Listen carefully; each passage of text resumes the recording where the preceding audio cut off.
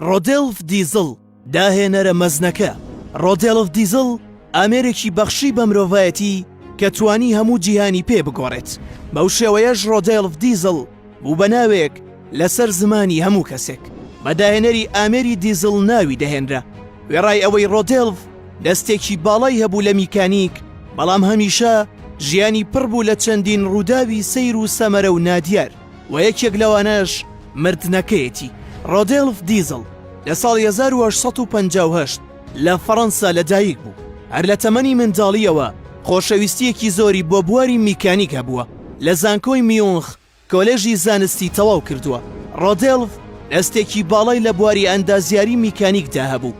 چەندین داهێنانی گرنگیشی کردووە، بەڵام لەگەڵەوەشدا هەمیشە لە وێزگەکانی ژیانیدا دووچاری شکستێکی زۆر دەبوویەوە.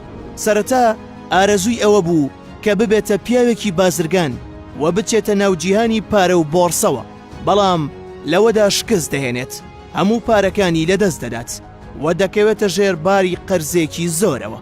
لە شەوی 29 مانگی ئەیلولی ساڵی 1930 ڕۆدێڵف دیزڵ بە کەشتیەک لە بەلژیکاوە بەرەو ئینگلتەرا بەڕێ دەکەوێت بۆ بەشداریکردن لە دروستکردنی کارگەیەکی نوێ بۆ ئامێری دیزڵ.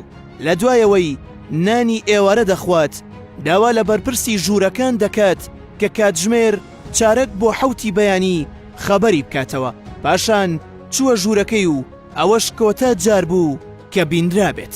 بۆ ڕۆژی دواتر کاتێک بەرپرسی ژوورەکە دەیەوێت ڕۆدێڵف خەبەر بکاتەوە، دەبینێت لە ژوورەکەی خۆی نییە، تەنانەت لەسەر جێگەی نووسنەکەشی نەخەوتە بوو.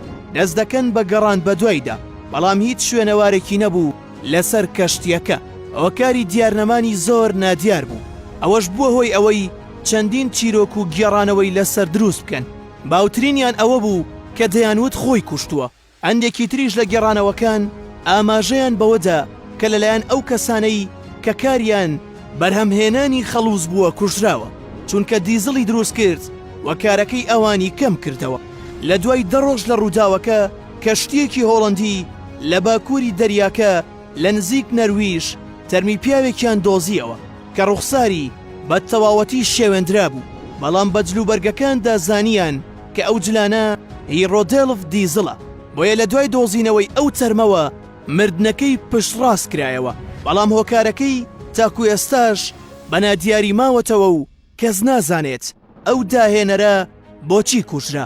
بەڵام کوژرا بێت یاخود خۆی کوشت بێت، تاکو ئێستا ناوی بە نەمری ماوەتەوە و داهێنانەکەی هەتا مرۆڤایەتی بمێنێت خزمەت بە مرۆڤایەتی دەکات.